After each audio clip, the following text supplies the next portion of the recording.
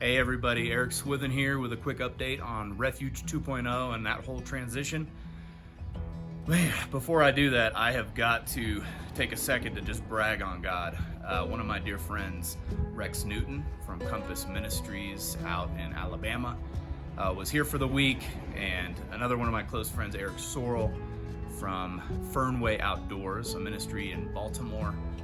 They were out here this week, and a couple of ministries from Texas and Detroit were here. And the whole idea was to not only pour into some of these fatherless kids, but to also show these men, these partners of ours in ministry, what a walkabout looks like, how they can do it when they're out in Appalachia or in the Sipsey Wilderness in Alabama or wherever they're at.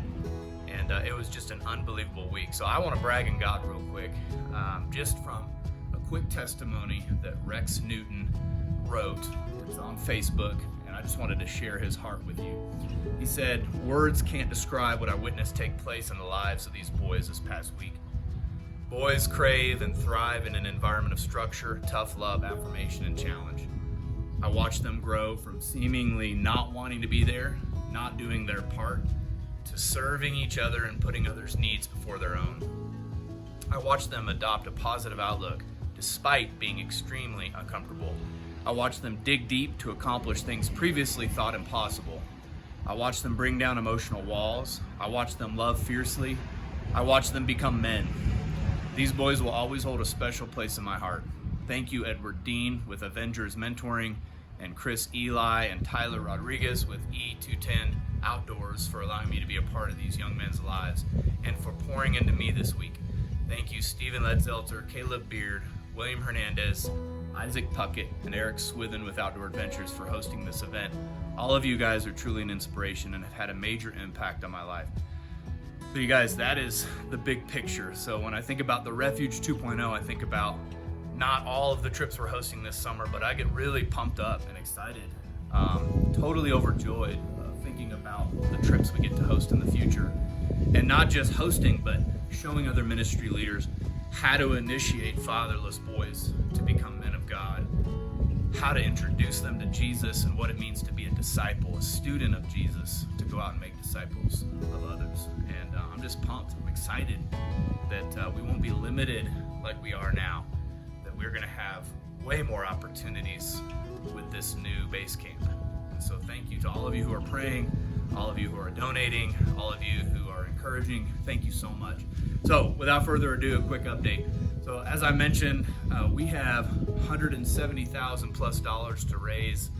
And I just want to tell you in like a week's time where we're at, because of 5 donors, and one of those 5 being an enormous donor, we now only have $3,500 left to raise. Let that sink in for just a second. Those are some big numbers. So we have $3,500 left to raise.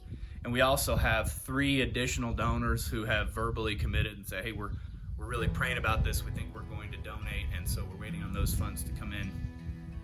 And let me give you another update. So yesterday during the inspection of the new Refuge, the inspection, first of all, could not have gone better. I mean, there were some minor things here and there, but nothing major at all. Easy fixes, not going to cost a ton of money. And so that was a blessing. And then I had a chance to actually meet the seller. His name is Lee. And he asked for a favor. I said, all right, what you got? And he said, can we give you all the furniture in the house so we don't have to deal with it? And so I'm holding my tongue saying, all right, yep, sure, we'll take that off your hands. So although we may not use all that furniture, we might sell some of it and use some of our existing furniture. Either way, we just acquired furniture that we now do not have to purchase, and we have extra furniture that we could sell and use those funds to buy the furniture we need or to help with some of the improvements. So that's a huge blessing. And then the last thing I want to update you on is this. So when we made our initial offer, the offer really was for an adjacent lot, which is like 1.29 acres, just an empty lot that would help us have a little bit more land, because the house sits on about 2.5 acres, which can be kind of small when you have big groups out there. It was for the property, about $85,000 less than the asking price, and it was for a selected amount of furniture, right? Well, the extra lot, the adjacent lot, was taken off the table because it was recently sold, and those people are not interested in selling it. Yesterday during the inspection, it was brought to my attention that the opposite adjacent lot on the other side of us, which is under 5 acres, is potentially an option.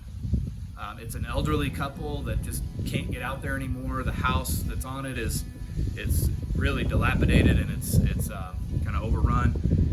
And the property itself, it would give us plenty of flat space for the kids to play on, and for us to have a little more privacy. And so I don't know if that's even an open door, but would you just pray with us as to whether or not this is something the Lord would want us to do? That door would either open if it is, and if it's not, that it would close.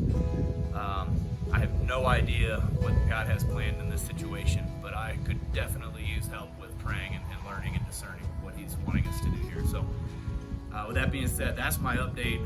Please celebrate with me and thank God for His provision. I think probably one of the coolest things you need to know about the biggest donor that gave us a huge chunk of that money, we don't really even know them yet. We want to get to know them, but it was sort of a left field thing. It was kind of like the Lord saying, I've got you. This isn't about you fundraising and about you asking everybody for help. I'm much bigger than that, and I'm going to take care of this because it's my will. And so I'm just floored by that. So celebrate with me about what God is doing. Celebrate the potential of what God will do with our new refuge. And let's just praise God for watching Him work and seeing Him do really cool things. It never gets boring, ever. All right, well, I love y'all. Thanks for watching, and I'll keep you updated as things progress. Bye-bye.